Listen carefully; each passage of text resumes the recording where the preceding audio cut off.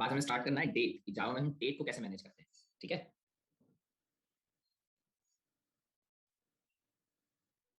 कोई डाउट्स? कोई doubts? Okay, बहुत बढ़िया। चलिए, सो एक नया अपन प्रोजेक्ट बना लेते हैं, नेक्स्ट डेट डेमो के नाम से। Make it as a finish. Okay, चलिए। एब्स्ट्रैक्ट और इंटरफेस में स्टैटिक मेथड डिक्लेयर करते हैं तो एरर आती है? नहीं, नहीं आती है। डिक्लेयर नहीं कर सकते। स्टैटिक मेथड तो इंटरफेस में होती है, विथ बॉडी होती है, डिक्लेयर नहीं कर सकते ब्रो।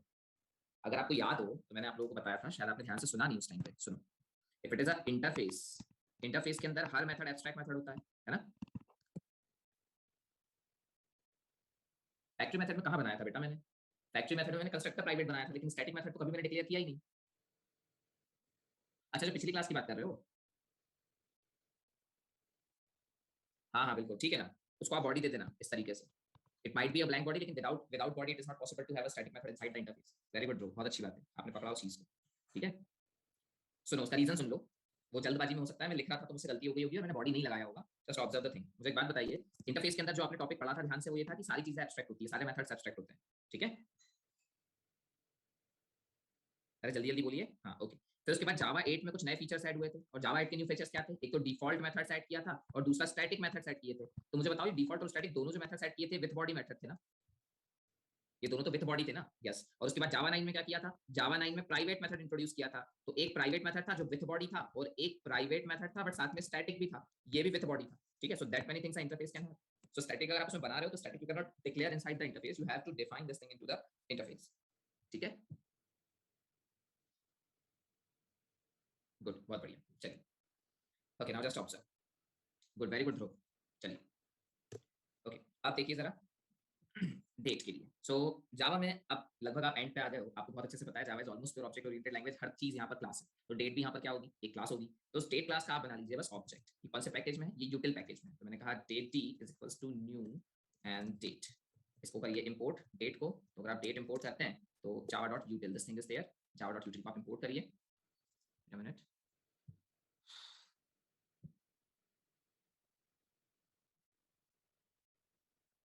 नेटबीन्स 12 में भी आपके साथ ऐसी दिक्कत होती है क्या?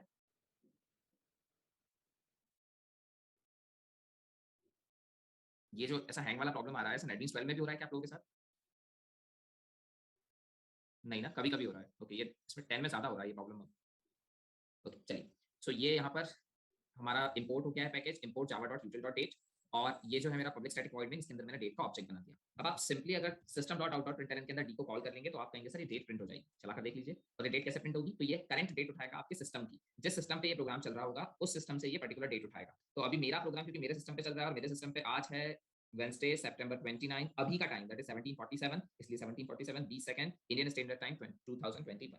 क्लियर? ये इसका डिफॉल्ट फॉर्मेट है। मतलब आप जहां पर भी डेट का ऑब्जेक्ट बनाएंगे, डेट ऑब्जेक्ट बनाकर अगर आपसे प्रिंट करेंगे, तो पहली चीज तो मुझे बता दो, क्या यहाँ internally to string method call हो रहा है क्या? Here internally to string method gets called or not? Yes. तो इंटरनली टू स्ट्रिंग मेथड हमारे डेट ऑब्जेक्ट का स्ट्रिंग रिप्रेजेंटेशन आपको रिटर्न कर रहा है, व्हिच इज दिस थिंग। ये स्ट्रिंग रिप्रेजेंटेशन है ना?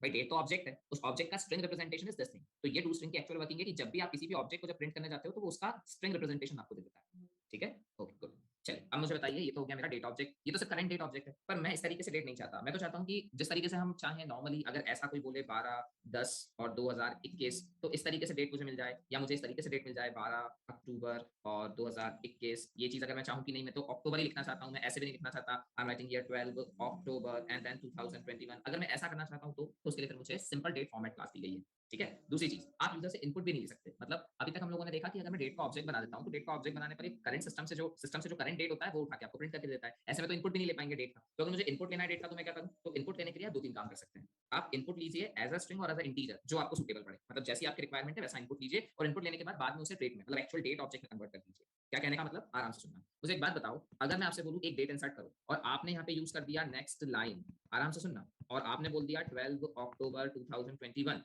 तो मुझे बताइए दिस थिंग इज डेट और स्ट्रिंग? जल्दी बताइए, डेट है या स्ट्रिंग है? ये स्ट्रिंग है, बहुत बढ़िया। This is not date.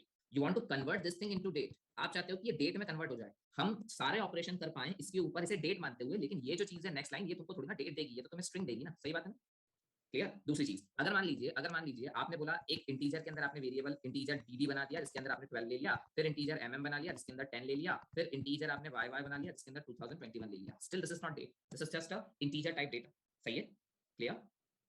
Okay, सो मुझे यूजर से किसी भी तरीके से अगर मैं इनपुट लूं in the form of string और in the form of integer, मुझे अल्टीमेटली उसे डेट में कन्वर्ट करना पड़ेगा, because they are not basically date, they are just strings और इंटीजर्स। तो ऐसा करने के लिए क्या करेंगे, तो आप कहोगे सर पहले तो अपन ये डिसाइड करें कि हमें इनपुट लेना कैसा है। इनपुट लेना कैसे मतलब आप चाहो तो ऐसे ले लो इंट में, ऐसे बोल दो इंट dd और यहाँ पे बोल दो s dot next int।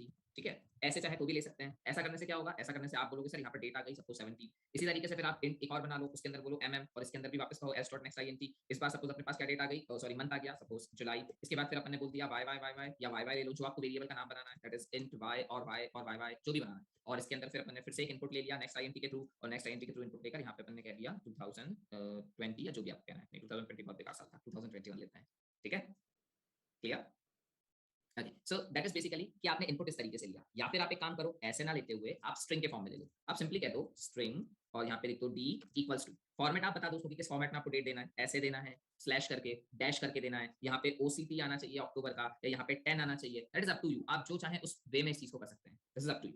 Clear, good. अगर आप इंट में भी इससे इनपुट लेते हैं, इंट में भी अगर आप इनपुट लेते हैं तो भी आपको अल्टीमेटली उसे स्ट्रिंग में कन्वर्ट करना पड़ेगा। कैसे करेंगे, ऐसे आप कहिए यहाँ पे स्ट्रिंग, स्ट्रिंग करने के बाद आप डी बनाइए। अब आपने किस किस के अंदर लिया था इनपुट, dd, कंकैटिनेट कर दीजिए इसके साथ। क्या कंकैटिनेट करूं, चाहो तो डैश कंकैटिनेट कर दो, चाहो तो स्लैश कंकैटिनेट कर दो, जो आपका मन है। फिर प्लस, इसके बाद फिर हमारा था, फिर प्लस कंकैटिनेट कर दीजिए कुछ चीज, और फिर plus yy। Clear. So ultimately आप चाहो तो डायरेक्ट स्ट्रिंग में ले लो, आप चाहो तो इंट में लेकर उसे इस तरीके से कंकैटिनेट करके स्ट्रिंग बना दो, पर हमें काम स्ट्रिंग से ही पड़ेगा। Clear, clear, good. तो मैं यहाँ पे काम करता हूँ, अब इनपुट ले लेते हैं अपन। तो इनपुट लेने के लिए मैं यहाँ कहता हूँ system.out.println, मैं स्पेसिफाई कर रहा हूँ यूजर को कि डेट किस फॉर्मेट में दे। एंटर डेट इन dd/mm/yy। इस फॉर्मेट में मुझे डेट दे दो आप। ठीक है, और अब मैं क्या करूँ, मैं यहाँ पे एक स्ट्रिंग बना लूँ, string s is equals to, और अभी के लिए मैं डायरेक्ट ले रहा हूँ डेट। आप चाहो तो ये काम आप कर सकते हो, मतलब आप यूजर से इनपुट ले सकते हो, फिलहाल मैं डायरेक्ट ले रहा हूँ। सो 17/7 एंड 1990 या जो भी आपको लेना है, 2001 जो भी लेना है। क्लियर, ठीक है, गुड। अब यूज कीजिए सिंपल डेट फॉर्मेट क्लास को, because now you want to convert this string into date. अब आप इसे डेट में एक्चुअली बदलना चाहते हो, तो क्योंकि आप इसे डेट में बदलना चाहते हो, then you have to create a simple date format class. तो मैंने कहा simple date format equals to, ठीक है, और बनाइए जरा सिंपल डेट फॉर्मेट का object, new simple date format. Clear, चलो करो तो जरा इनहेरिट। ओके, और इसको कर देता हूं SDF। Okay, now just observe, simple date format util package में नहीं है, सिंपल डेट फॉर्मेट है टेक्स्ट पैकेज में, और फिर उसके बाद ये क्लास का नाम है। ठीक है, दोनों के पैकेज अलग अलग है, ये यूटिल में है डेट और ये टेक्स्ट में। Clear, good. अब सुनो आराम से, सिंपल डेट फॉर्मेट के कंस्ट्रक्टर को आपको वो तरीका बताना होता है जिस तरीके की डेट आपने इनपुट में ली है, और आप चाहते हो कि ये जो तरीका है ये ओरिजिनल डेट ऑब्जेक्ट में कन्वर्ट हो जाए। फिर से सुनना मैंने क्या बोल दिया, this thing is not at all a date, this thing is a string. आप किस फॉर्मेट में इनपुट ले रहे हो, जिसे सिंपल डेट फॉर्मेट को डेट में बदलना है, क्योंकि हो सकता है आपने यहाँ पे स्लैश की बजाय डैश ले लिया हो सकता है आपने यहाँ 7 की बजाय OCT ले लिया हो, दैट इज अक्टूबर या जुलाई का पूरा जुलाई ले लिया हो, या सिर्फ GUL ले लिया हो, दैट थिंग इज डिपेंड्स। तो इस चीज को आपको बताना पड़ेगा सिंपल डेट फॉर्मेट को कि भाई किस तरीके से मैंने डेटा लिया है, जिस भी तरीके से आप डेटा ले रहे हो यहाँ पे वो तरीका यहाँ स्पेसिफाई करिए। तो यहाँ स्पेसिफाई करने के लिए आप क्या यूज करेंगे, आप यूज करेंगे डेट का dd, फिर आपने बीच में स्लैश लगाया है तो स्लैश लगाइए, अगर आपने डैश लगाया होता तो डैश लगाइए। तो मैंने लगा दिया स्लैश। अब क्या यूज किया है आपने, क्योंकि आपने सिर्फ यहाँ पे 10 लिखा हुआ है, that is just you can make it as a capital also, आप इसको कैपिटल भी ले सकते हैं, स्मॉल भी ले सकते हैं।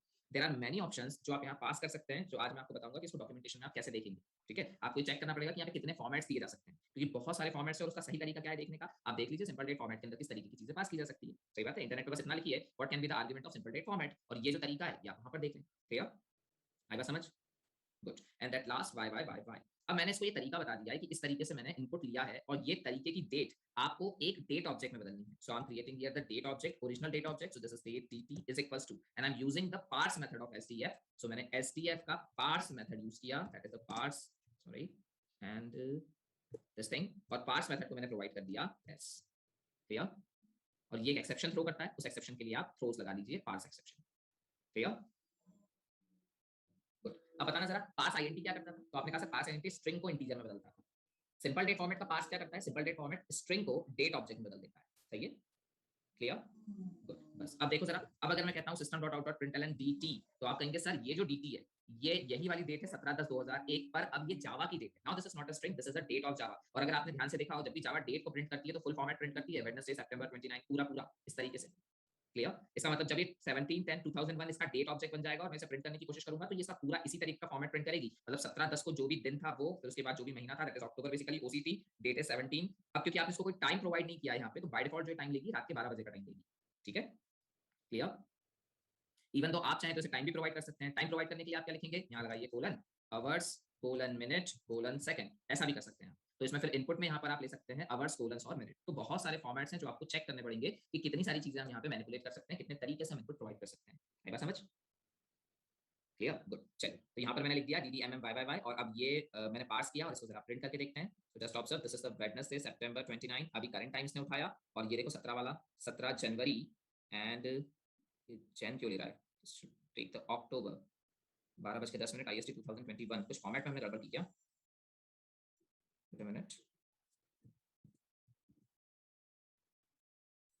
यस, मैंने फॉर्मेट में गलती की, it should be capital not small. देख रहे हो गड़बड़ क्या हुई मुझसे? ठीक है, सो आपको ये फॉर्मेट्स बहुत अच्छे से पता होने चाहिए। What you have to place here then it will get converted. तो मैंने एमएम स्मॉल किया था तो उसने यहाँ पर अक्टूबर की जगह पर जैन ले लिया, जबकि वो जैन नहीं था, जबकि वो अक्टूबर था। सो यहाँ पर अब आया वेडनेसडे अक्टूबर। अच्छा, ये वेडनेसडे क्यों आ रहा है? क्योंकि एक्चुअली 17 अक्टूबर को ना वेडनेसडे ही होगा। अब अगर मैं 18 अक्टूबर कर दूंगा ना इसको, तो ये थर्सडे कर देगा, क्योंकि 18 अक्टूबर को फिर थर्सडे होगा। नॉट जस्ट ऑब्जर्व, 18 अक्टूबर को थर्सडे था और फिर रात के 12 बजे का टाइम इसने उठाया है, इंडियन स्टैंडर्ड टाइम 2001। क्लियर?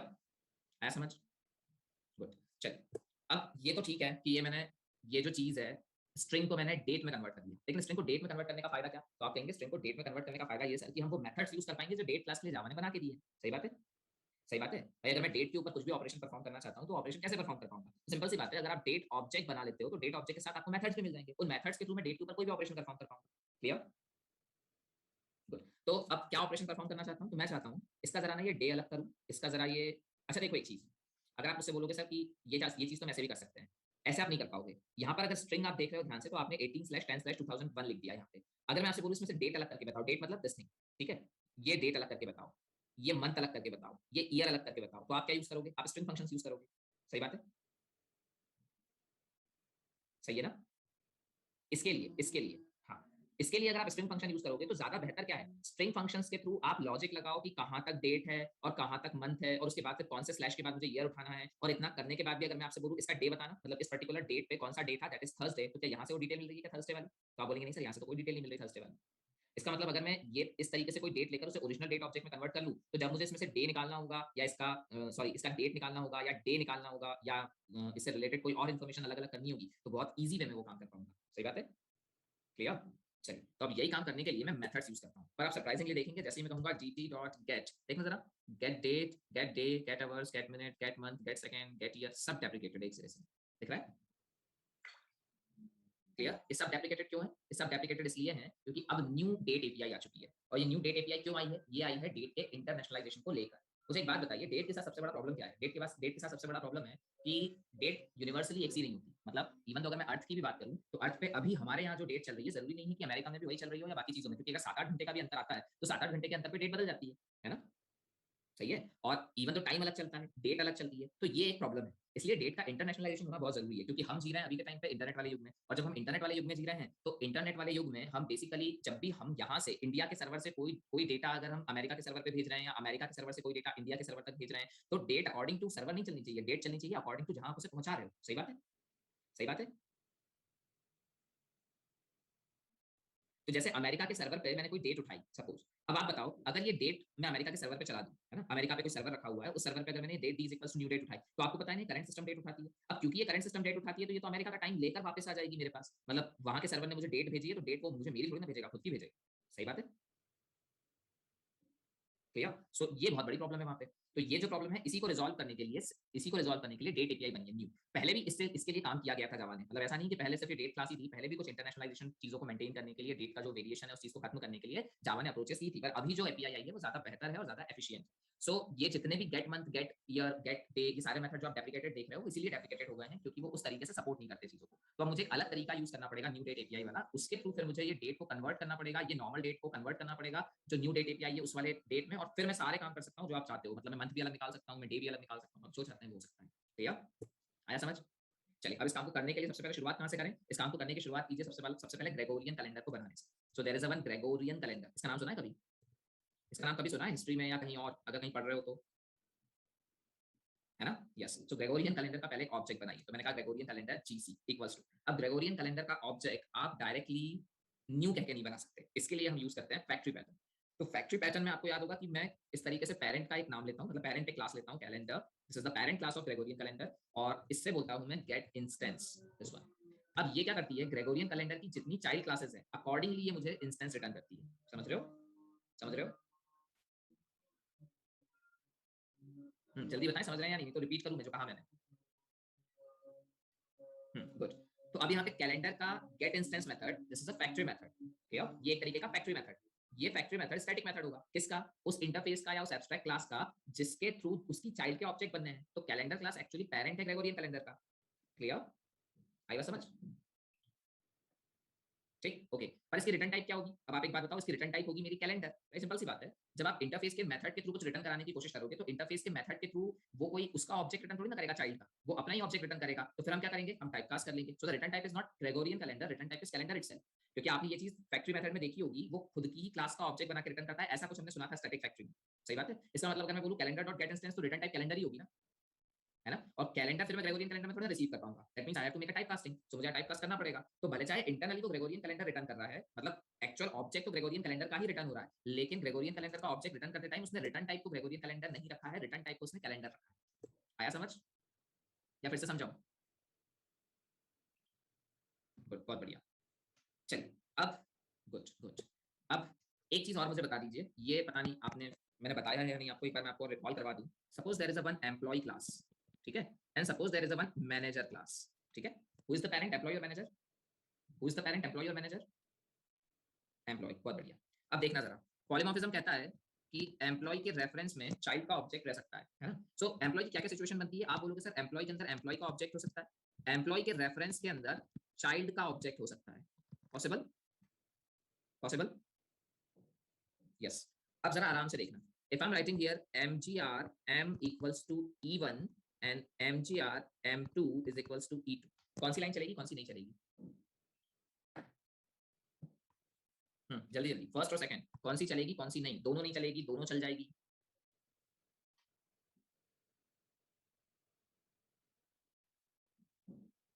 दोनों नहीं चलेगी, बहुत बढ़िया। ओके, और कोई? और कोई?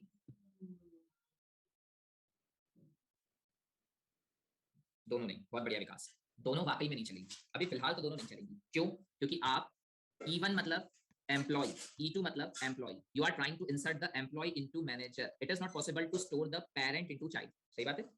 सही बात है। ओके, अगर ऐसा होता तो अगर मैं कहता mgr m3 is equals to new mgr, और मैं यहाँ कह देता emp e3 equals to m3, is it possible or not? Is it possible or not?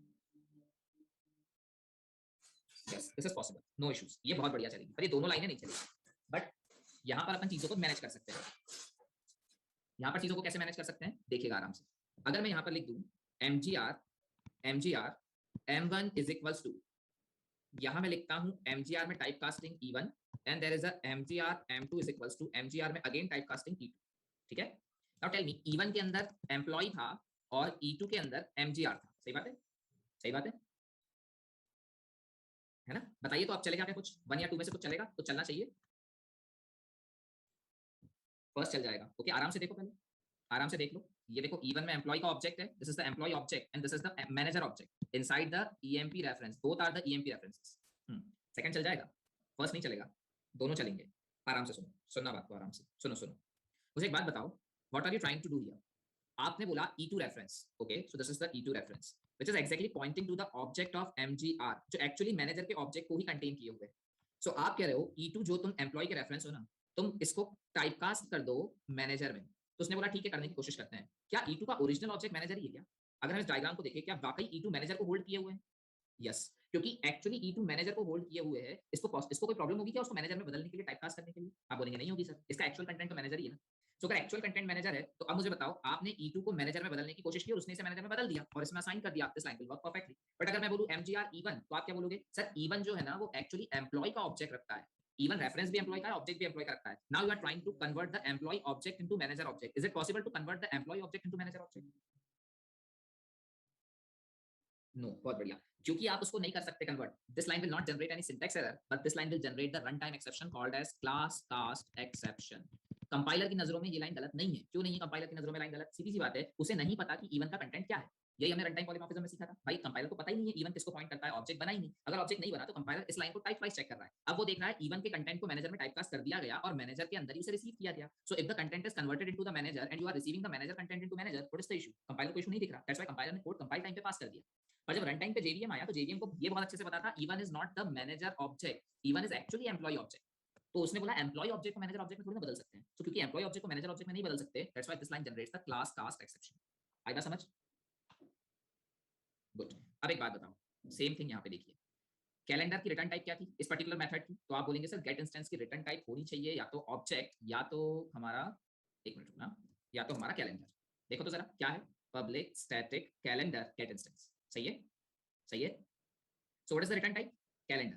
Clear? Return type is calendar but actual object क्या है इसके अंदर? रिटर्न टाइप तो कुछ भी हो सकती है ना। रिटर्न टाइप तो मैं कैलेंडर बोल लूं, ऑब्जेक्ट बोल लूं, कुछ भी बोल लो आप रिटर्न टाइप। अगर मैं बोलूं रिटर्न टाइप कैलेंडर है तो क्या वाकई में वो कैलेंडर का रेफरेंस कैलेंडर के ऑब्जेक्ट को पॉइंट कर रहा था या कैलेंडर का रेफरेंस ग्रेगोरियन कैलेंडर के ऑब्जेक्ट को पॉइंट कर रहा था? What is the case? आप बोलेंगे सर सेकंड वाला केस सही है। हाँ बिल्कुल, कैलेंडर का रेफरेंस जरूर था लेकिन वो ग्रेगोरियन कैलेंडर के ऑब्जेक्ट को पॉइंट कर रहा था। दैट्स व्हाई मैं टाइपकास्टिंग कर सका। सही है? क्योंकि Gregorian calendar is the child of calendar, calendar is parent and Gregorian calendar is child. ठीक है? क्लियर? आया समझ? गुड। अब एक और बात बताना, अगर मान लीजिए ये ओरिजिनली कैलेंडर का ऑब्जेक्ट ही रखता, it is not taking the object of Gregorian calendar, rather this portion becomes true कि कैलेंडर का जो रेफरेंस है वो कैलेंडर का ऑब्जेक्ट ही अपने अंदर रखे हुए है, तो ये लाइन क्या जनरेट करती? Is it a class cast exception? तब क्या क्लास कास्ट एक्सेप्शन हो जाती है? यस, तब आप कहेंगे सर ये क्लास कास्ट एक्सेप्शन हो जाती है। क्लियर? बहुत बढ़िया। चलिए, तो अब मैंने ग्रेगोरियन कैलेंडर का ऑब्जेक्ट बना लिया और इस dt को, मतलब ये जो डेट है, इस डेट को मैं ग्रेगोरियन कैलेंडर के फॉर्मेट में बदल देता हूँ। तो ऐसा करने के लिए मुझे ग्रेगोरियन कैलेंडर ने एक मेथड दिया है gc डॉट सेट टाइम। ठीक है? और इस सेट टाइम को मैं करता हूँ पास dt। क्लियर? ठीक। अब ये क्या करेगा, आराम से सुनना।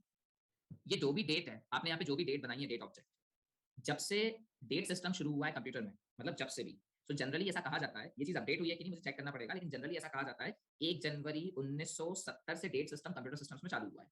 ठीक है? क्लियर? गुड। तो 1 जनवरी 1970 से लेके अभी तक बोले तो इस डेट तक, इस डेट बोले तो क्या थी डेट? 18 अक्टूबर 2001 तक जितने भी सेकंड्स इलैप्स हुए हैं, ठीक है, जितने भी सेकंड इलैप्स हुए हैं, ये उतने सेकंड्स में उसे कन्वर्ट कर देगा और अपने पास स्टोर कर लेगा। क्लियर? ठीक है? इंटरनली इंटरनली जैसे ही मैंने ये dt इसे पास किया gc डॉट सेट टाइम को, तो इसने ग्रेगोरियन कैलेंडर के फॉर्मेट में उसे बदला। और दूसरी चीज इसने इंटरनली क्या किया, इंटरनली 1 जनवरी 1970 से लेके तो इस डेट तक जितना टाइम इलैप्स हुआ इन द फॉर्म ऑफ सेकंड्स, उतने में, हाँ बिल्कुल बिल्कुल बिल्कुल, 2010 2001 बेटा, 2021 नहीं, ये देखो हम डेट क्या यूज कर रहे हैं, 2001 थी, उसको फिर हमने बदला सिंपल डेट फॉर्मेट की हेल्प से dt में, so this dt is actually 18/10/2001। तो उतने में जितना टाइम इलैप्स हुआ है सेकंड्स के फॉर्मेट में, उसने उसको स्टोर किया इंटरनली अपने पास। क्लियर? क्लियर? गुड। चलिए अब सुनिए, अब ये तो हुआ केस कि भाई हमने एक सेकंड्स में चीजों को थोड़ा सा कन्वर्ट कर लिया। ओके, अब अगला काम है जोन से रिलेटेड। जोन से रिलेटेड मतलब मुझे एक बात बताओ, सबसे बड़ा प्रॉब्लम ही तो ये हो रहा है ना कि भाई हमें ये समझ नहीं आ रहा था कि डेट को कन्वर्ट कैसे करें, क्योंकि अमेरिका से निकली हुई जो डेट है वो डेट इंडियन जोन के हिसाब से कन्वर्ट होनी चाहिए। I want to convert the thing according to the Indian structure. सही बात है? सही बात है। So there is a time zone, हमारी ग्रीनविच के आसपास से हम मानते हैं कि ग्रीनविच का जो टाइम होता है that is the base time, और उससे फिर प्लस में हम जाते हैं और माइनस में हम जाते हैं। डेट फॉर्मेट पता है ना? डेट सिस्टम कैसे काम करता है पता है ना? यस बिल्कुल, प्लस 530 आवर्स, और कुछ चीजें माइनस में जाती है, कुछ प्लस में जाती है। तो बस उसी स्टैंडर्ड को फॉलो करते हुए एक जावा के अंदर क्लास बनाई गई है दैट नेम इज ज़ोन्ड टाइम। मतलब हम जोन निकाल रहे हैं, हम किस जोन में आते हैं। सो राइट नाउ अगर आप जोन निकालना चाहते हो तो हमें यहाँ पे zoned date time class use करनी पड़ेगी। So I have to use zoned date and time, और ज़ोन डेट टाइम का ऑब्जेक्ट बनाइए आप with the help of GC. This is GC. GC is a Gregorian calendar, GC2, और method का नाम है to zoned date time. This one. Clear? अब देखो क्या हुआ, आपने बनाई एक डेट, आपने बनाई एक डेट, इस डेट को आपने कन्वर्ट किया ग्रेगोरियन कैलेंडर में, ग्रेगोरियन कैलेंडर से निकाल लिया टाइम। अब उसी ग्रेगोरियन कैलेंडर से आपने जोन डेट टाइम निकाला जिस जोन में हम हैं। क्लियर? अब इसके बाद इसका इंपोर्ट देख लीजिए, java.time.zoneDateTime। ठीक है? अब जो मेरा जोन डेट टाइम मिल गया है मुझे, तो जोन डेट टाइम के बाद अब मुझे निकालना है बेसिकली मेरा लोकल डेट। लोकल डेट मतलब मेरे पास का date. Once I have the zoned date time, I can create the local date also. तो अब आप इस z से निकालिए लोकल डेट और इसको स्टोर कर लीजिए एक लोकल डेट ऑब्जेक्ट में। तो मैंने कहा local date ld is equals to z dot to local date. बस अब मेरा काम खत्म हो गया, अब मैं कुछ भी कर सकता हूँ। पर आपको इतना कोड जरूर याद रखना पड़ेगा। तो सॉरी, कुछ गड़बड़ कर दी। Local date and this should be imported. Okay, बहुत बढ़िया। क्लियर? सो इतने स्टेप्स आपको याद रखने पड़ेंगे जो न्यू डेट एपीआई के कारण आए। ठीक है? क्लियर? गुड। अब अगर आप ध्यान से देख रहे हो तो क्या इन दो लाइनों को मैं एक कर सकता हूँ? मतलब मैं कह दूं gc.to zoned date time, ये आपको रिटर्न कर रहा है जोन डेट टाइम का ऑब्जेक्ट, तो क्या इसी के बाद मैं डॉट लगा के लिख सकता हूँ टू लोकल डेट इसी के बाद? हाँ बता रहा हूँ इनको। क्लियर? ठीक है, आप चाहें तो ये दो लाइनों को एक लाइन में बदल सकते हैं, पर ऐसे में वो टिपिकल ज्यादा हो जाएगा, इसलिए मैंने आपको दो अलग अलग लाइनों में बताया। ओके, इंपोर्ट्स देख लीजिए, देखते जाओ जरा। There is one parse exception generated by the parse method of simple date format, उसका एक आपने यहाँ पे इंपोर्ट दिया हुआ है। This is a simple date format class, import text package में है, लोकल डेट टाइम पैकेज में है, zone date time time package में है, कैलेंडर डेट और ग्रेगोरियन कैलेंडर यूटिल पैकेज में। These all are the previous concept, मतलब ये कोई नए कॉन्सेप्ट्स नहीं है। ये जितने कॉन्सेप्ट्स आपके सामने हैं, कैलेंडर डेट और ग्रेगोरियन कैलेंडर, ये पुराने हैं। नया जो आया है वो टाइम पैकेज है, तो लोकल डेट और जोन डेट टाइम ये नया। क्लियर? ठीक है, गुड। चलिए, even though there is one assignment also, assignment ये है, डेट आपको दो जगह मिलती है जावा में, एक डेट मिलती है यूटिल पैकेज में और एक डेट मिलती है आपको एसक्यूएल पैकेज में। ठीक है, क्लियर? दोनों में क्या अंतर है? सिंपल सी बात है, यूटिल की डेट जावा वाली डेट है और एसक्यूएल की डेट, आपने माइस्क्यूएल में कभी डेट स्टोर की है? मतलब कभी ऐसा समझ में आया कि माइस्क्यूएल डेटाबेस में मुझे डेट इंसर्ट करनी पड़ेगी? Is it possible? तो मुझे बताओ, माइस्क्यूएल के अंदर अगर आप डेट स्टोर करने जा रहे हो, या तो आप वेरकेर फॉर्म में कर दो जैसा हम मानते हैं 12/10/2001, या तो ये कर लो, और नहीं तो फिर वाकई में इसे डेट के फॉर्मेट में करो। तो अगर वाकई में इसे डेट फॉर्मेट में करना है कि ये वाकई डेट बनी रहे, तो फिर एसक्यूएल पैकेज के अंदर भी ये डेट क्लास आपको दी गई है, और आपको करना क्या पड़ता है, आपको पहले यूटिल की डेट बनानी पड़ती है और उसे यूटिल की डेट से एसक्यूएल की डेट में कन्वर्ट करना पड़ता है। जब आप यूटिल की डेट को एसक्यूएल की डेट में कन्वर्ट करते हो, तब जाके ये डेट कहीं हमारे my SQL database management system में स्टोर हो पाती है। जैसे हम नॉर्मली प्लेस होल्डर्स के थ्रू कर देते हैं ना वैल्यू को प्लेस, कि मैंने यहाँ पे दो तीन प्लेस होल्डर्स लगाए और तीन प्लेस होल्डर्स में मैंने यहाँ पे कह दिया PS prepared statement dot set int suppose, और पहले वाले प्लेस होल्डर को कुछ स्ट्रिंग जानी थी तो मैंने बोल दिया s, दूसरे वाले प्लेस होल्डर को कोई no this thing should be string set string, okay, दूसरे वाले को कुछ इंट जाना था तो मैंने कह दिया ps डॉट सेट int, और यहाँ मैंने पास कर दिया 2 सपोज x, और तीसरे वाले में आपको डेट जानी है, तो अगर डेट जानी है तो फिर क्या करोगे आप, तब जाके यहाँ कहोगे ps डॉट सेट डेट या सेट ऑब्जेक्ट अकॉर्डिंगली जो भी मेथड है, और उसके बाद आप कहोगे 3 डेट का object dt, but this dt is not a util package date, this dt should be sql date। Clear? आया समझ? yes, now you have, this is your assignment, how to convert the util date into the sql date। Clear? चलिए, अब देखो जरा, यहाँ पे आपको packages का एक और इंपॉर्टेंट समझ आएगा। मुझे एक बात बताओ, जावा में टोटल डेट की कितनी क्लासेस हैं? मतलब इस नाम से DATE नाम से कितनी क्लासेस हैं? तो आप कहेंगे सर डेट नाम से दो क्लासेस हैं। सेम क्लासेस है, याद रखना, मतलब जो एसक्यूएल वाली डेट है ना वो भी डेट ही है, और जो यूटिल वाली डेट है दैट इज आल्सो DATE, दोनों डेट है। अब आप एक बात बता दो, how is it possible to keep the two classes with the same name? Is it possible? In a library you are placing two classes with the same name, how is it possible? It is possible with the help of packages. अगर मैं इसे एक package में डाल दूं और package का नाम यूटिल रख दूं, और इसे मैं एक पैकेज में डाल दूं और पैकेज का नाम एसक्यूएल रख दूं, तो जावा को कोई दिक्कत नहीं है कि आपने दो अलग अलग पैकेज के अंदर सेम नाम की क्लासेस रखी है। Yes, if the package is different, Java is satisfied कि आप किसी भी तरीके की क्लासेस या सेम नाम की क्लासेस भी दो अलग अलग पैकेजेस में रख सकते हैं। ठीक है, this is another importance of the packages. Clear? Good. चलिए, अब हम लोगों ने लोकल डेट में बदल लिया है, और अब लोकल डेट से मुझे सिर्फ कुछ मेथड्स को कॉल करना है, तो मैंने कहा ld डॉट, देखो ढेर सारे मेथड्स हैं, और जैसे मैंने बोला गेट डे ऑफ मंथ, एक इसको कॉल कर लेते हैं अपन, तो इसको अपन system dot out dot println में डायरेक्ट कॉल करते हैं ताकि हम देख सकें कि आउटपुट क्या है। और इसी तरीके से मैं कह देता हूँ system dot out dot println ld dot get, and that is day of week. फिर मैं कहता हूँ system dot out dot println ld dot get, and there is a sorry not id, ld dot get long get month कह देते हैं, simple सा। अब चला के देखते हैं इसको, ढेरों ऑप्शंस अवेलेबल है, आपको जो चूज करना है आपको चूज कीजिए और निकालिए। Now just observe, ld dot gate day of month, month का कौन सा डे था? 18वां डे था, सही बात है, दैट्स व्हाई द 18 तारीख यहाँ पर। Now day of week, week का कौन सा दिन था? थर्सडे था, ठीक है, ठीक, clear. And then get month, कौन सा मंथ था? अक्टूबर था, क्लियर, अंडरस्टूड। चलिए, so this thing is called as your date API. ये आपका डेट एपीआई है, इसके अंदर आपने छोटी छोटी चीजें सीखी है, और इसमें आपको अभी भी बहुत सारी चीजें सीखनी है, जैसे कि ये इसमें अपन क्या पॉसिबल ऑप्शंस दे सकते हैं, साथ ही हम यूटिल से एसक्यूएल डेट में कैसे कन्वर्जन कर सकते हैं। क्लियर? आया समझ? गुड, बहुत बढ़िया। चलिए, सो बेसिकली जावा खत्म हो गई आपकी? नहीं, आप कहेंगे सर हमारी जावा अब शुरू हुई है। अब हम उस जगह पर आ गए हैं कि अब हम खुद से पढ़ सकते हैं। ठीक है, जावा कभी खत्म नहीं होगी, इवन तो मुझे जावा नहीं आती पूरी, किसी को नहीं आती, मैं क्या, इस दुनिया में ऐसा कोई नहीं है, हाँ बिल्कुल ऐसा कोई नहीं है जो ये कहेगा, जो भी एक समझदार इंसान होगा वो कभी ये नहीं कहेगा कि मुझे टेक्नोलॉजी पूरी आती है। बस हाँ, उसे ये पता है इस टेक्नोलॉजी में कुछ बदलाव हो भी जाए तो मैं उस काबिल हूँ कि इसके बदलाव को मैं खुद से सीख सकता हूँ, और यही आप में भी होना चाहिए। अब आप उस लेवल पर आ गए हैं कि जावा किसी भी लेवल पे अपनी कॉम्प्लेक्सिटी को बढ़ा ले, लेकिन आपको वो चीजें समझ में आनी चाहिए कि जावा के अंदर क्या बदलाव हुए और इसको हमें कैसे सीखना है। So the important thing is not कि जो आपने सीखा है, इंपॉर्टेंट थिंग कि आपने अपने आप को क्या बनाया। ठीक है, जो चीजें आपने सीखी है उसने आपको जावा में उस लायक बनाया है कि अब आप जावा में डॉक्यूमेंटेशन देखकर कुछ पढ़ सकते हैं, डॉक्यूमेंटेशन के थ्रू कुछ सीख सकते हैं। क्लियर? तो अब एक बात याद रखिएगा, कभी भी Geeks for geek, Java T point ये सब उठाने की जरूरत नहीं है। अपना डॉक्यूमेंटेशन खोलिए ओरेकल का, ओरेकल के डॉक्यूमेंटेशन से चीजों को पढ़ने की कोशिश कीजिए। माइट बी आपको ओरेकल डॉक्यूमेंटेशन को पढ़ने पर हो सकता है जो चीजें 5 मिनट में समझ में आने वाली थी वो 10 मिनट में समझ में आएंगी, लेकिन अब आप ये आदत डालिए कि अब आप नॉर्मल साइट्स के ऊपर कुछ चीजों को नहीं देखेंगे। आप जो भी प्रॉब्लम सॉल्व करेंगे या तो स्टैक ओवरफ्लो देखेंगे जिसके ऊपर बहुत सारे सॉल्यूशंस है और आराम से हर चीज पढ़ेंगे, या तो फिर आप डॉक्यूमेंटेशन की साइट पर चीजों को देखेंगे। क्लियर? ठीक, अब अपन हो गए जावा में बड़े, इंटरमीडिएट हो गए अपन। अब हमारी हरकतें भी सुधर जानी चाहिए। अब ऐसी चिरकुट साइट्स नहीं देखनी जो आधा आधा देखनी। ठीक है, अब वन मोर थिंग, अब आप जावा की बुक्स के नाम सुन लीजिए अगर आप कोई बुक्स पढ़ना चाहते हैं तो। वैसे तो आपको बुक्स की जरूरत मेरे ख्याल से नहीं ही पड़ेगी। एंड वन मोर थिंग, अगर आप इंटरव्यू के लिए प्रिपरेशन कर रहे हैं तो मैंने आपको पहले भी कहा था, अभी भी कह रहा हूँ, कलेक्शन से लगभग 60% क्वेश्चन आते हैं। अब अगर आपने कलेक्शन का बैच इस बार मिस कर दिया है तो या तो आप इसे कहीं से पढ़ लीजिए बहुत डीप में, और नहीं तो फिर अगले बैच का इंतजार कीजिए। Inside the interview of Java, collection framework, multi threading and exception handling, और ये पेन चला लेता हूँ, पेन ज़्यादा ठीक है, रुको। Collection, multi-threading, exception handling, basic concepts of object-oriented programming like classes, interfaces, and the polymorphism, each and everything associated with the object-oriented programming. Now, lambda expressions also are more important in right now, and there is one more concept called as Stream API. This thing, ये ना हमारे syllabus का part है और ना इस बारे में मैंने आपसे डिस्कस किया है, बट हाँ, आपको Stream API देखनी पड़ेगी। क्लियर? हाँ, Stream API, yes, this thing is there. ठीक है? गुड।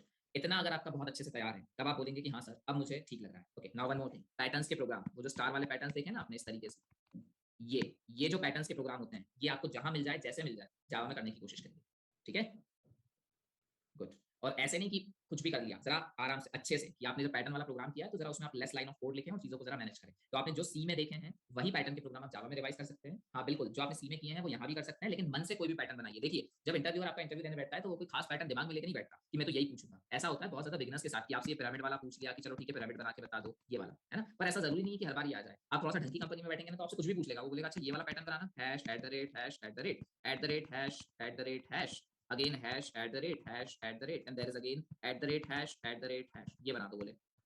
ठीक है, तो कुछ भी पूछ सकता है वो आपसे, वो उसकी मर्जी है। तो आप उस टाइम पे इस दिमाग के साथ होने चाहिए कि आपको प्रोग्रामिंग उतनी आनी चाहिए कि ये आपसे तुरंत बन जाए। क्लियर? आया समझ? गुड। स्ट्रीम एपीआई और कलेक्शन, बेटा कलेक्शन का तो बैच बना हुआ है ना मोहम्मद, आपने एडमिशन नहीं लिया क्या उसमें? तो मिस क्यों कर दिया आपने? बोला तो था मैंने जब अभी स्टार्ट होने वाला था तभी मैंने आपकी क्लास में भी डिक्लेयर किया था कि कलेक्शन से लगभग 60% इंटरव्यू क्वेश्चन आते हैं, उसे मिस मत करिएगा। चलो कोई नहीं, अब जब आएगा नेक्स्ट वाले इसमें तब आप ले लीजिएगा। ठीक है, क्योंकि वो तो स्टार्ट हो गया है, उसकी 2 क्लासेस हो गई है। चलिए कोई बात नहीं। ओके, सो कलेक्शन को थोड़ा सा सिंसियरली लीजिएगा, इसके बहुत सारे क्वेश्चंस, बहुत सारे वेरिएशंस होते हैं, बहुत बारीक बारीक चीजें पूछ ली जाती है, वो बारीक बारीक चीजें आपको समझ में आनी चाहिए। क्लियर? ओके। और मल्टी थ्रेडिंग अब हम लोगों ने किया ही हुआ है, आप लोगों को लगभग मैंने हर चीज करवाई हुई है, एक्सेप्शन हैंडलिंग भी आप लोगों को पता है, and rest questions are from the lambdas and the stream API and from the object oriented programming. Advance Java इसके तुरंत बाद एक बैच बनने वाला है, उसका मैं आपको और बता दूं ताकि आपको चीजें क्लियर हो जाए। एडवांस जावा का बैच आ रहा है लगभग 20 अक्टूबर से, और इस बार जो एडवांस जावा का बैच आया है इसके अंदर वेब एपीआईज जो कंसेप्ट आपने सुना हुआ है, या वेब सर्विसेज जो भी वर्ड आपने सुना होगा, there are web services called as SOAP services and REST services. ये वर्ड कभी सुना है? रेस्ट एपीआई, रेस्ट सर्विसेज, ये तो बहुत ट्रेंडिंग चल रहा है, अभी सुनने में आया है। यस, तो ये इस बार कोर्स में इंक्लूड कर लिया गया है। तो अब सिर्फ एडवांस जावा, ऐसा एडवांस जावा जैसे नहीं पढ़ाई जाएगी, एडवांस जावा में प्लस सर्विसेज वाला कॉन्सेप्ट भी ऐड कर दिया है। हाँ, स्प्रिंग बूट अभी आना बाकी है, लेकिन वेब सर्विसेज और soap web services and rest web services को इंक्लूड कर लिया गया है। दोनों तरीके की वेब सर्विसेज, मतलब 2 तरीके की होती है, सोप और रेस्ट दोनों को ऐड किया गया है। क्लियर?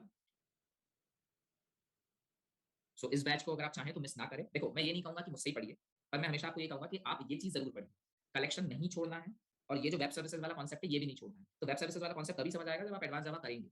सो बेसिकली कहीं से भी करिए, पर इतना जरूर करिएगा कि एडवांस जावा प्लस हमारी वेब सर्विसेज जरूर हो जाए। ठीक है, साथ ही कलेक्शन फ्रेमवर्क कहीं से भी करिए, लेकिन छोड़ के मत जाना, नहीं तो गड़बड़ हो जाएगी। क्लियर? गुड। चलिए, ओके। और अगली चीज, प्रोजेक्ट। आपने जो प्रोजेक्ट बनाया है वो प्रोजेक्ट आपको इन हैंड होना चाहिए। इन हैंड मतलब आपको बिल्कुल याद होना चाहिए कि प्रोजेक्ट में आपने क्या क्या करा, क्योंकि वो आपसे पूछ सकते हैं इस काम को आपने कैसे मैनेज किया था। तो प्रोजेक्ट बिल्कुल हैंडी होना चाहिए, तो इसलिए सिर्फ रट्टा मार के मत जाना प्रोजेक्ट का, प्रोजेक्ट खुद से क्रिएट करके देख लेना। ठीक है, good. Project is two important. Beginner के लिए प्रोजेक्ट बहुत बड़ी चीज होती है, एक्सपीरियंस नहीं है अभी आप सिर्फ बिगिनर है, तो ये सारी चीजें बिगिनिंग के केस में बहुत ज्यादा जरूरी है। ठीक है, गुड। चलिए, अब आपको क्या करना चाहिए, एक जस्ट आपको थोड़ा सा गाइडेंस दे रहा हूँ, इसके बाद आप आपकी मर्जी, आप जैसा चीजों को करना चाहें आप ऐसा कर सकते हैं। सुनिएगा, क्योंकि आप अब बिगिनर नहीं है बिल्कुल भी। हाँ बिल्कुल, आप रिज्यूम में ऐड कर सकते हैं, बिल्कुल Sameer. Okay, now just observe, उसे माइनर प्रोजेक्ट के नाम पे आप रिज्यूम में ऐड कीजिए, मेजर मत करिएगा, है ना, मेजर इससे बड़ा बनाइएगा। Clear? Okay, but minor project is quite good, this project is quite good for the minor level. Okay, now just observe, आप लोग ऑलरेडी सी और सी प्लस प्लस सीख चुके हैं, है ना, है ना। ओके, क्योंकि आप सी और सी प्लस प्लस सीख चुके हैं, अब आपका काम है आपको डीएस सीखना है, डेटा स्ट्रक्चर्स। डेटा स्ट्रक्चर्स आप किसी भी लैंग्वेज में सीख सकते हैं, यूजिंग सी, यूजिंग जावा और यूजिंग सी प्लस प्लस। जिनका हो गया अच्छी बात है, जिनका नहीं हुआ है उन्हें ये करना है। आपका मन है सी से करने का, just go with the C and do the data structures. आपका मन है जावा के साथ करने का, तो जावा का बैच आने वाला है कुछ समय बाद। अगर आपको जावा के साथ करना है तो कुछ समय बाद जावा का भी डीएस टाइप बैच आएगा। तो दैट इज योर चॉइस कि आपको सी प्लस प्लस के साथ जाना है, जावा के साथ जाना है, सी के साथ जाना है या पाइथन के साथ जाना है। क्लियर? गुड। सो डीएस आपको करना है किसी ना किसी लैंग्वेज के साथ। सेकंड चीज, इतना हो जाने के बाद आपको अपनी फील्ड चूज करनी है, ईदर जावा और पाइथन। आपको एक फील्ड में पहले जाना है, आप चाहे जावा में जाएं या पाइथन में जाएं। जावा में अगर आपने कोर टेक्नोलॉजी कर ली है, navigate towards the advance Java, web technology पे नेविगेट कर जाइए। एडवांस जावा से आपको वेब का नॉलेज हो जाएगा। पर मान लीजिए आपने जावा नहीं करी थी, आपने पाइथन कर लिया था, तो पाइथन में अगर आपने कोर पाइथन कर लिया होता, then move towards the Django, आप जेंगो कर लीजिए। Once you have completed the core Java and advanced Java, either or you have completed the core Python और Django, अब आप दूसरी किसी टेक्नोलॉजी की फाउंडेशन टेक्नोलॉजी सीखिए। मतलब आपने कोर जावा सीख ली है, आपने एडवांस जावा सीख ली है, अब आपको कोर पाइथन भी सीखना है। इसकी कोई चॉइस नहीं है। मतलब आप ये नहीं बोलेंगे सर मुझे जावा आती है तो मैं पाइथन क्यों सीखूं। इवन तो पाइथन वाला भी ये नहीं बोलेगा कि सर मुझे कोर पाइथन और जेंगो आती है तो मैं जावा क्यों सीखूं। ये दोनों टेक्नोलॉजीज मार्केट में बराबर कॉम्पिटिशन में सस्टेन कर रही हैं। ठीक है, ठीक। हाँ, एक किसी में आप वेबसाइट सीख लीजिए, वेब डेवलपमेंट। जरूरी नहीं है कि आप दोनों में वेब डेवलपमेंट सीखें। मतलब अगर आपने कोर जावा और एडवांस जावा कर लिया है तो एडवांस जावा में आपने वेब डेवलपमेंट सीखा है, just do with the core Python. Django आप चाहे तो छोड़ दें। अगर आपको लग रहा है कि आपने कोर पाइथन और जेंगो सीख लिया है, just do with the core technology of the Java and advance जावा छोड़ दें, कोई दिक्कत नहीं। मतलब एक किसी टेक्नोलॉजी में आपको वेब का नॉलेज होना चाहिए कि ये वेब टेक्नोलॉजी है, वेब टेक्नोलॉजी पे ऐसे काम होता है। Clear? But what is the drawback of the, या ये कह लीजिए what is the benefit of Java. Drawback हम किसी टेक्नोलॉजी का ना निकालें, हम किसी टेक्नोलॉजी का प्लस पॉइंट ले लें। तो आप कहिए सर एडवांस जावा का और जावा का सबसे बड़ा प्लस पॉइंट है कि इतनी टिपिकल है कि इसके आने के बाद तो कुछ भी बन जाता है। सही बात है? क्लियर? कोर जावा में आपने टिपिकलिटी देख ही ली होगी। हाँ बिल्कुल, उसके बारे में बता रहा हूँ, वो भी बता रहा हूँ। ठीक है, चलिए ये हो गया आपका। Okay, so you know the core technologies of two technologies and one the advance technology, either Django और एडवांस जावा। ओके, चाहे Django सीखे चाहे एडवांस जावा सीखे, दोनों में ही वेब सर्विसेज वाला पार्ट सीख जरूर लीजिएगा। How to manage the web services using the advance Java और यूजिंग द Django। मतलब अगर आप Django सीख रहे हो तो उसमें भी वेब सर्विसेज बननी चाहिए, और एडवांस जावा सीख रहे हो तो उसमें भी वेब सर्विसेज बननी चाहिए। ये मैंडेटरी चीज है। क्लियर? ठीक, ओके। अब ये तो हुआ हमारा सिर्फ foundation technology. Now move towards the full stack web development. अब आपको आना है फुल स्टैक वेब डेवलपमेंट। तो फुल स्टैक वेब डेवलपमेंट के लिए क्या चाहिए? एक चाहिए सर्वर साइड टेक्नोलॉजी, जो हो सकती है हमारी एडवांस जावा, जो हो सकती है हमारी Django, जो हो सकती है हमारी ASP.NET। ठीक है, अगर आप .NET से बिलोंग करते हैं तो ASP.NET, अगर आप PHP से बिलोंग करते हैं तो PHP। So there are advance Java और Django और ASP.NET और PHP, they all are competitors. और सर्वर साइड टेक्नोलॉजी के नाम पे आपको एक कोई आनी चाहिए, या आपको अगर दो आती है तो बहुत अच्छी बात है। But there is a one more thing called as client side technology. अभी क्लाइंट साइड टेक्नोलॉजी में HTML, CSS, जावास्क्रिप्ट, एटलीस्ट इसका बेसिक आपको होना चाहिए। ठीक है, ये बेसिक नहीं आएगा तो वैसे भी आगे काम नहीं कर पाएंगे। क्लियर? तो ये आप कोशिश कीजिए, इसको आप खुद से सीख लीजिए। HTML CSS तो एटलीस्ट आप खुद से सीख सकते हैं। जावास्क्रिप्ट जरूर आपको लगेगा कि सर मुझे ऐसा लग रहा है गाइडेंस की जरूरत है, बट प्लीज HTML और CSS के लिए किसी पर रिलाय मत होइएगा। W3 स्कूल साइट के ऊपर बहुत अच्छा HTML CSS दिया हुआ है। इवन दो HTML CSS के डॉक्यूमेंटेशन भी बहुत ईजी है, बस आपको प्रॉपर्ली बैठने की जरूरत है। अगर आप अच्छे से बैठ जाएंगे तो आप खुद से सीख जाएंगे HTML CSS। And after the achievement of the Java excellence आपको HTML CSS में ज्यादा दिक्कत नहीं जानी चाहिए, क्योंकि पहली बात तो इन दोनों का कोई रिलेशन नहीं है, लेकिन फिर भी आप इतनी टिपिकल चीज करके जा रहे हैं कि उससे आसान चीज आपसे वैसे भी बन जाएगी। Clear? Okay, once you have completed the HTML CSS and JavaScript, अब रुकना नहीं है, यहाँ से मेन चीज शुरू होती है। गो विद द एंगुलर और गो विद द रिएक्ट। ये आपकी choice, you can go with the react, you can go with the angular. जैसे मैंने Django और एडवांस जावा बोला था, वैसे ही एंगुलर रिएक्ट भी हमारे जो हैं ये कॉम्पिटिटर्स हैं। पर रिएक्ट सिर्फ एक लाइब्रेरी है और एंगुलर पूरा का पूरा फ्रेमवर्क है। मतलब ये बहुत जाइंट टेक्नोलॉजी है angular, and react is just a small library. But small नहीं है, बट फिर भी हम कहेंगे सिर्फ एक लाइब्रेरी। रिएक्ट फेसबुक का प्रोडक्ट है, एंगुलर गूगल का प्रोडक्ट है। ठीक है, तो एंगुलर काफी स्ट्रॉन्ग है रिएक्ट से, लेकिन फिर भी रिएक्ट मोर देन इनफ। मतलब आप ये नहीं कहेंगे कि सर एंगुलर बहुत बड़ा है, रिएक्ट छोटा है, तो क्या रिएक्ट काम का नहीं है? नहीं, रिएक्ट जितना बनाया गया है वो मोर देन इनफ है, इनफ से ज्यादा है रिएक्ट। तो ये आपकी मर्जी है कि आपको रिएक्ट साइड जाना है कि एंगुलर साइड। जो स्टैटिस्टिक्स हैं, जो कंपनी स्टैटिस्टिक्स हैं, एंगुलर से अभी कंपनी उन लोगों से काम करवा रही है जो एक्सपीरियंस्ड है। मतलब आपको किसी भी हालत में 1-1.5 साल बाद एंगुलर पे शिफ्ट होना ही है। और अगर आप रिएक्ट पे जाते हो तो बिगिनर्स के लिए लोगों ने रिएक्ट दे दिया है कि ये बिगिनर्स है, इनसे शायद एंगुलर नहीं बनेगा, टिपिकल है, इसलिए रिएक्ट पे काम कर लेने दो, बाद में एंगुलर पे शिफ्ट करवा देंगे। क्लियर? सो ये स्टैटिस्टिक्स हैं करंट मार्केट के, जो मैंने आपके साथ शेयर किए हैं एंगुलर और रिएक्ट के बारे में। अगर आप YouTube देखकर रिएक्ट वर्सेस एंगुलर में उलझे हैं, तो अभी तक आप जैसे पाइथन वर्सेस Django में उलझे हुए थे, या सॉरी पाइथन वर्सेस जावा में उलझे हुए थे, जिस चीज का कोई मतलब नहीं था, वैसे ही आर्गुमेंट्स चल रहे हैं एंगुलर वर्सेस रिएक्ट को लेकर। इनका कोई सेंस नहीं बनता। दोनों टेक्नोलॉजी का भविष्य बहुत अच्छा है। आपको मैं बता दूं, जावा टेक्नोलॉजी ML और AI के क्षेत्र में लाइब्रेरीज लाने लगी है। तो कुछ दिनों बाद ML और AI में जावा की लाइब्रेरीज भी होंगी। क्लियर? तो जावा का फ्यूचर कहीं से कहीं तक ये नहीं है कि 10 साल बाद जावा खत्म हो जाएगी। और एंटरप्राइज एप्लीकेशन में, एंटरप्राइज एप्लीकेशन मतलब कौन सी एप्लीकेशन? वेब एप्लीकेशन में Django क्या है बेसिकली? आराम से सुनना, ये मिटाऊं सब जो सामने लिखा है? गुड, सुनिए। There is a enterprise applications. ठीक है, तो जो एंटरप्राइज एप्लीकेशंस होती है, ये क्या है? वेबसाइट्स है बेसिकली। अभी के लिए आप समझ लीजिए this is a web application, but there are too many difference between the enterprise application and web application. So enterprise application हमारे Django से भी बनती है और हमारे एडवांस जावा से भी बनती है। But now just observe, advance Java is not at all a framework, this is just a technology. Advance जावा का ही फ्रेमवर्क है जिसको आप कहते हैं spring boot. Clear. But Python technology ने कोई ऐसी बेसिक कोर टेक्नोलॉजी नहीं दी वेब को लेकर, उन्होंने डायरेक्टली फ्रेमवर्क दे दिया जाएंगो। तो अगर आप पाइथन से जैंगो सीखते हैं तो आप कहते हैं आपने फ्रेमवर्क सीख लिया, और अगर आप जावा टेक्नोलॉजी पे जाते हो तो पहले कोर सीखनी पड़ती है, फिर एडवांस सीखनी पड़ती है, फिर स्प्रिंग बूट सीखनी पड़ती है। और एक चीज याद रखना, जैंगो की कैपेबिलिटी स्प्रिंग बूट की अपेक्षा बहुत कम है। स्प्रिंग बूट में हजारों संभावनाएं हैं, बहुत वास्ट टेक्नोलॉजी है स्प्रिंग बूट। सो एंटरप्राइज एप्लीकेशन में आज भी जावा का कोई तोड़ नहीं है, और वैसे ही अगर मैं कहूँ तो एमएल, एआई और डेटा साइंस में पाइथन का कोई तोड़ नहीं है। जावा इस फील्ड में आने की कोशिश तो कर रही है एमएल, एआई और डेटा साइंस में, लेकिन अभी भी वो उस लेवल को अचीव नहीं कर पाई है जिस लेवल पे पाइथन जा चुकी। और वैसे ही वेब वाले क्षेत्र में जावा जिस ऊंचाइयों को हासिल कर चुकी है, अभी पाइथन को वो मुकाम हासिल करने में समय लगेगा। क्लियर, आया समझ? So always there is a domain, there is a web domain, there is a ML, AI and data science domain. इन डोमेन्स के बेसिस पे लैंग्वेजेस मार्केट में काम कर रही है। सो अगर आप डेटा साइंस वाले क्षेत्र में जाना चाहते हो तो फिर आप चाहिए पाइथन के पास। आपको लगता है कि नहीं, हमें तो भी पहले वेब टेक्नोलॉजीज और कोर टेक्नोलॉजीज पे ज्यादा काम करना है, then go with the Java. Okay, data science कोई बच्चों का खेल नहीं है। इट इज अगर आपको डेटा साइंस सीखना है तो आपको एल्गोरिथम वाइज बहुत स्ट्रांग होना पड़ेगा, एक प्योर मैथमेटिक्स। तो अगर आपका मैथमेटिक्स बहुत स्ट्रांग है, then move towards the data science and all the things. Otherwise इस जगह पे मत जाइएगा। हाँ जाइएगा, ये नहीं कह रहा हूँ, बट फिर ये आपका इंटरेस्ट का टॉपिक कभी नहीं बन पाएगा। ठीक है, इंटरेस्ट आपको तभी आएगा जब चीजें समझ आए, और समझ में आने के लिए आपका मैथ्स स्ट्रांग होना चाहिए। अगर आपका मैथ्स स्ट्रांग नहीं है तो चीजें शायद आपको उस लेवल पे समझ नहीं आएंगी जिस लेवल पे वो काम कर रही है। ठीक है, clear, good. So what is your next thing? आपको नेक्स्ट डिसीजन लेना है कोई एक वेब टेक्नोलॉजी का। आपको एक वेब टेक्नोलॉजी करनी है कोई, ईदर जैंगो अगर आप जानते हैं पाइथन क्या है, अदरवाइज एडवांस जावा। और इसके बाद आपको करना है एंगुलर या फिर रिएक्ट। और दोनों को करने से पहले आपको HTML, CSS और JS का थोड़ा नॉलेज होना चाहिए। They are prerequisites for the Angular and React. Clear, आया समझ? गुड। ये बूटस्ट्रैप नाम सुना है क्या? ये बूटस्ट्रैप नाम सुना है क्या? ये क्या है ना? इसके लिए इतना टेंशन लेने की जरूरत नहीं है, चलते फिरते बूटस्ट्रैप पढ़ सकते हो आप। एक बार आपने थोड़ी सी चीजें समझ ली ना, HTML, CSS और ये सारी चीजों में आ गए ना, फिर चलते फिरते आप बूटस्ट्रैप समझ लोगे कि ये क्या है। हाँ बिल्कुल, this is a CSS framework, SCSS framework आप कह सकते हो। ठीक है, इवन तो आपने अगर कुछ नाम सुने हो तो ये भी सुना होगा। आपने सुना है बुल्मा? बुल्मा सुना है आपने? SCSS, SASS, ये सुना है? ये सब CSS हैं। SASS, SCSS, बुल्मा, ये सब ना आप तब सीखोगे जब ये एंगुलर रिएक्ट पे जाने की कोशिश करोगे, तब आपके सामने एक्सप्लोर होंगी चीजें कि अरे बाप रे, इतना सब कुछ अवेलेबल था, हमें तो पता ही नहीं। ठीक है, so there is bootstrap, there is SASS, there is SCSS, there is a Bulma and too many things are also there. ठीक है, गुड। चलिए, सो गाइस ये रही आपकी नेक्स्ट क्लास। तो मैंने आपको जो नेक्स्ट क्लास का टॉपिक था वो भी बता दिया, एंड आपको थोड़ा सा गाइड कर दिया। Node.js क्या है? Node.js जावास्क्रिप्ट के थ्रू बनाया गया एक सर्वर प्लेटफॉर्म। ठीक है, Node.js जो है वो जावास्क्रिप्ट का एक सर्वर प्लेटफॉर्म है। तो आप एंगुलर और रिएक्ट जब पढ़ते हो तो एंगुलर और रिएक्ट के लिए अपने को Node.js ही लगता है। मतलब Node.js का हमें नॉलेज नहीं चाहिए होता, लेकिन जो एंगुलर और रिएक्ट के लिए कोर फाउंडेशन का काम करता है वो नोड प्लेटफॉर्म ही होता है जो एंगुलर और रिएक्ट के लिए काम करता है। हाँ बिल्कुल बिल्कुल सही, बैकएंड के लिए आप नोड को यूज कर सकते हैं, लेकिन फिर आपको नोड एक्सप्लिसिटली सीखना पड़ेगा। But there are some limitations with the node, है ना? हर एक की एक लिमिटेशंस हैं। तो नोड भले चाहे बैकएंड की तरह काम करेगा, लेकिन उसके भी लिमिटेशंस हैं, आप उस लिमिटेशन को क्रॉस नहीं कर पाओगे। So whenever we are talking about the enterprise application पे नोड उस लेवल पे काम नहीं कर पाएगा। जैसे मान लीजिए आप SBI की साइट बनाना चाहते हो या आप IRCTC टाइप कुछ बनाना चाहते हो, जिनका बहुत ज्यादा बड़ा डोमेन है, then node is not very popular, वहां पे थोड़ा सा सफर करता है चीजें। ठीक है, गुड। चलिए,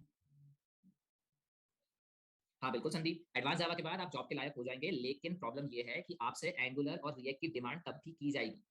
ठीक है, आज के टाइम पे आप ये नहीं कह सकते सर कोर जावा पढ़ ली, एडवांस जावा पढ़ ली, कोर पाइथन पढ़ ली तो हो गया। नहीं, अब ऐसा समय नहीं। समय आजकल कॉम्पिटिटिव कंपटीशन वाला हो गया है। बहुत सारे लोगों को बहुत सारी टेक्नोलॉजीज आती है, तो आपके बकेट में जितना ज्यादा टेक्नोलॉजीज होंगी उतना अच्छा होगा। क्लियर? तो अगर आप पहले से एंगुलर और रिएक्ट पढ़ के जा रहे हैं, इसमें से कोई एक, जरूरी नहीं है कि आप एंगुलर ही पढ़ें या जरूरी नहीं है कि आप रिएक्ट पढ़ें, but you know the one framework of the web technology. मतलब वेब टेक्नोलॉजी में आपको एक फ्रेमवर्क आना चाहिए, वो भी क्लाइंट साइड वाला। This is a client side framework. और इसी तरीके से अगर मैं सर्वर साइड फ्रेमवर्क्स के आपको नाम बताऊं, तो अगर मैं जावा टेक्नोलॉजी में जाता हूं, सर्वर साइड फ्रेमवर्क की बात करता हूं, there is a spring MVC, there is a spring boot. Spring boot पढ़ने के लिए मुझे स्प्रिंग MVC का थोड़ा सा नॉलेज लगता है। फिर उसके बाद अगर मैं पाइथन टेक्नोलॉजी की बात करूं तो पाइथन टेक्नोलॉजी में जो फ्रेमवर्क है दैट इज Django। अगर मैं डॉटनेट टेक्नोलॉजी की बात करूं तो डॉटनेट टेक्नोलॉजी में जो वेब का फ्रेमवर्क है दैट इज MVC। ठीक है, अगर मैं PHP टेक्नोलॉजी की बात करूं तो code igniter, this is a framework. और कहीं कहीं आपने ये नाम भी सुन लिया होगा, वर्डप्रेस। ये नाम सुना है? जुमला, ये सुने कहीं? वर्डप्रेस और Joomla, yes, they are basically CMS, content management services नहीं। तो CMS का इतना स्कोप नहीं होता है, ये बहुत लिमिटेड डोमेन पे काम करते हैं। इनका डोमेन है लेकिन बहुत बहुत लिमिटेड है। ठीक है, सो इनका फिलहाल तो ऐसा कोई क्रेज नहीं है। आपको लगता है देखना चाहिए तो देख सकते हैं आप वर्डप्रेस और जुमला को, लेकिन ये सब CMS है। बट दे ऑल आर, ये जो मैंने आपको बताया, spring boot, spring MVC, spring boot, Django, MVC and then code igniter, ये सब तो बहुत बड़ी बड़ी चीजें हैं। ठीक है, मैं समझ, गुड। चलिए, ओके गाइस, सो आपको जब भी कुछ लगे आप बिल्कुल मुझे कॉल कर सकते हैं। आपको कोई डाउट हो तो पूछ लीजिएगा। हाँ बिल्कुल संदीप, बिल्कुल बिल्कुल, देख लो देख लो। चलिए देखिए, आपने जो भी प्रोजेक्ट बनाया है, ये प्रोजेक्ट पहले तो किस डायरेक्टरी में बनाया है वो देख लीजिए आप। तो प्रोजेक्ट है हमारा, इसको अपन जरा प्रॉपर्टीज में जाके देखें। सो this is inside the D core Java and project. So D drive में कोर जावा के अंदर मेरा प्रोजेक्ट है। तो जरा चलिए जरा इधर। So there is a D drive, inside D drive there is a core Java, ये रहा इसके अंदर प्रोजेक्ट। ये रहा प्रोजेक्ट। ठीक है, अब इसके अंदर आपको टेस्ट नाम का फोल्डर मिलता है। ठीक, इस टेस्ट नाम के फोल्डर के अंदर एक जार फाइल ऑलरेडी बनी बनाई। ये बनती कब है? आप पूरा प्रोजेक्ट बना लीजिए, ठीक है, पूरा प्रोजेक्ट बना लीजिए। पूरा प्रोजेक्ट बनाकर जो आपका मेन क्लास है ना, ये वाला, ठीक है, जिसके अंदर मेन है, इसमें कहिए clean and build, this one, ये वाला ऑप्शन दिख रहा है, क्लीन एंड बिल्ड। जैसे ही आप इसको क्लीन एंड बिल्ड करेंगे, इस पर्टिकुलर डिस्ट के अंदर एक जार फाइल बन जाएगी, ठीक है। सो अगर मैं इस पर डबल क्लिक करूं, तो ये देखो मेरा प्रोजेक्ट ओपन हो गया। क्लियर? आया समझ? ओके, अब इसको डेस्कटॉप पे कैसे लाएंगे? डेस्कटॉप पे लाने के लिए इसको कट मत कर देना, मतलब ऐसा मत करना कि यहाँ से आपने इसको कट किया और यहाँ पेस्ट कर दिया ना, इसका शॉर्टकट लेके आना। शॉर्टकट मतलब सेंड टू डेस्कटॉप। जब आप कहोगे सेंड टू डेस्कटॉप, तो ओरिजिनल फाइल यही रहेगी, इसका एक शॉर्टकट इस तरीके से बाहर क्रिएट हो जाएगा। देखो यहाँ कहीं दिख रहा होगा, दिस वन। क्लियर? ठीक है, इवन तो ये सब शॉर्टकट्स ही हैं। देखो जैसे ये भी शॉर्टकट है, इसके शॉर्टकट का निशान है, ये भी शॉर्टकट है, ये भी शॉर्टकट है, इस पे शॉर्टकट का निशान है। तो कोई भी ओरिजिनल फाइल बाहर नहीं आती है, ओरिजिनल फाइल का शॉर्टकट ही बाहर आता है। ठीक है, तो कट मत कर देना उसको, उसका शॉर्टकट बाहर लाना। क्लियर?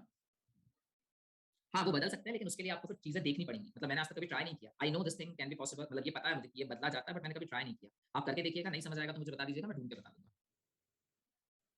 हाँ बिल्कुल, आपको जैसा लगे, but this is not that much efficient कि आप किसी मेडिकल स्टोर वाले को दे सकते हैं। और कोशिश करिए कि इसे आप अपने पास ही रखिए, आपकी मेहनत है, आप अपने पास रखिए, बहुत मेहनत से आपने सीखा है, तो रिवील ना करें तो ज्यादा बेहतर। बट फिर भी that is your property after all. इसके बाद अब मैंने आपको सिखा दिया है, तो आपको तो पता ही चल गया है, तो अब आप जैसा चाहे वैसे यूज कर सकते हैं। बट स्टिल कोशिश करिए, आपकी प्रॉपर्टी आप अपने लेवल पर रखिए। और ये उतना एफिशिएंट नहीं है कि आप किसी मेडिकल स्टोर वाले को दे देंगे तो सेटिस्फाई हो जाएगा, क्योंकि उसकी बहुत सारी रिक्वायरमेंट्स होती है। या तो आप उसकी रिक्वायरमेंट एनालिसिस कीजिए और उसके लिए एक बहुत अच्छा प्रोजेक्ट बनाकर दीजिए। ठीक है, गुड, बहुत बढ़िया। चलिए, सो गाइस मिलते हैं आप जब भी आप कॉल करें तब। ठीक है, ओके। सो आपको अगर कोई भी डाउट हो, कोई भी दिक्कत हो, तो आप बिल्कुल कॉल कर लीजिएगा, पूछ लीजिएगा।